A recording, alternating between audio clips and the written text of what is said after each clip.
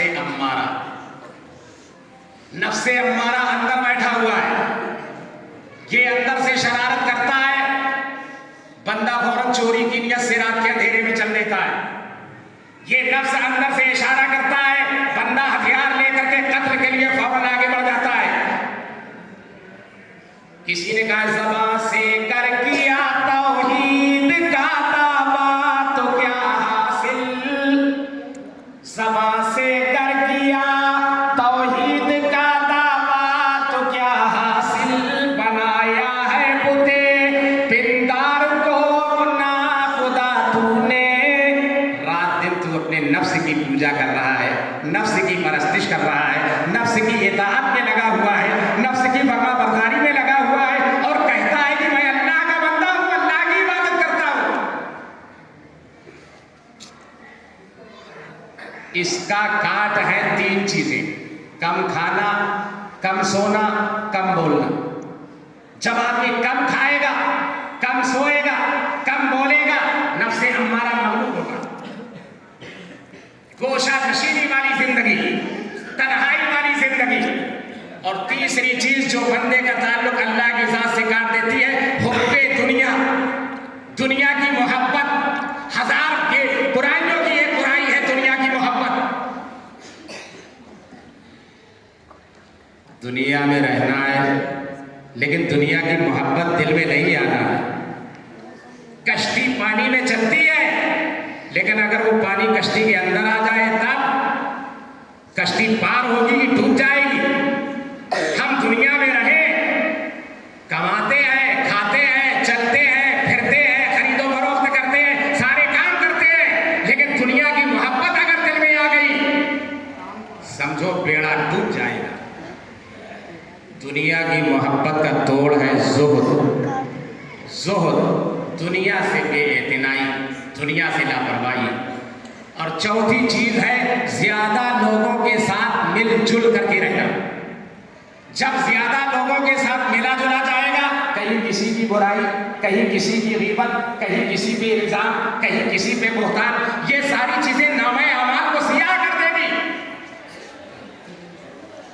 اس لیے لوگوں بچاؤ اپنے آپ کو، زندگی کو انمول سمجھو، زندگی کے ہر لمحے کو انمول سمجھو. ہمارے اور آپ کے نبی، ساری کائنات کے نبی حضرت محمد کریم صلی اللہ علیہ وسلم نے ارشاد فرمایا، ہر دن کو اپنے لیے آخری دن سمجھو، ہر رات کو اپنے لیے آخری رات سمجھو، ہر نماز کو اپنے لیے آخری نماز سمجھو، ہر سانس کو اپنے لیے آخری سانس سمجھو. قیامت تک یہ سانس دوبارہ نہیں آئے گا.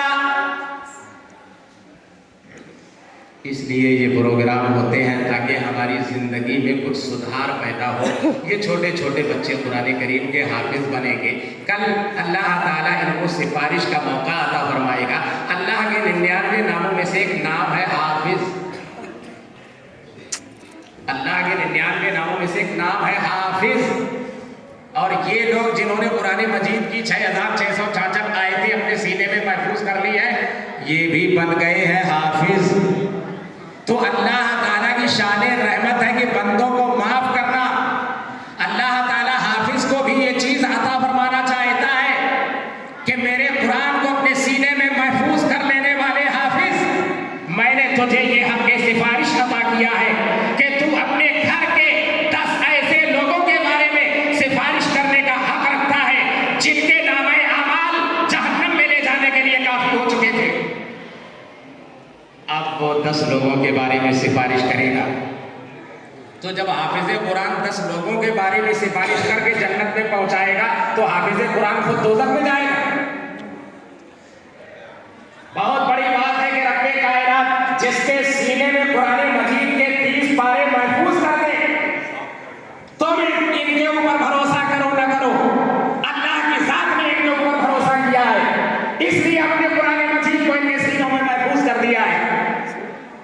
کل میدان محشر میں پروردگار عالم حافظ قرآن سے فرمائے گا، اقرا ورتقی ارتا اقرا ورتقی، پڑھتا جا اور جنت کی منزلوں کو طے کرتا جا.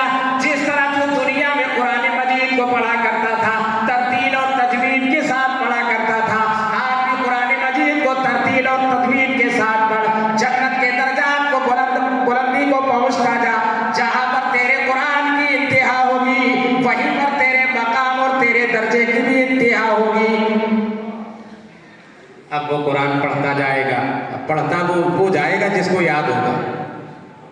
اور جس کو یاد ہی نہیں ہے قرآن مجید پڑھ کر کے بھول گیا، جیسے پہلے تھا ویسے ہی پھر ہو گیا، تو وہ اور ناظر خواہ دونوں برابر ہیں، پھر وہ حافظ قرآن کا ہے۔ ہمارے استاد محترم مولانا نعمت اللہ صاحب اعظمی اکثر فرمایا کرتے تھے کہ اگر قرآن کے 30 پارے ازبر یاد ہیں تب تو ہے حافظ، ورنہ ناظر خواہ برابر ہے۔ اس لیے ہم ان طلباء سے یہ گزارش بھی کریں گے کہ جنہوں نے اپنے قیمتی وقت کی قربانی دے کر کے قرآن مجید کی آیتوں اور سورتوں کو محفوظ کیا ہے، خدا کے واسطے خدا کے واسطے خدا کے واسطے یہ قیامت تک محفوظ رہنا چاہیے۔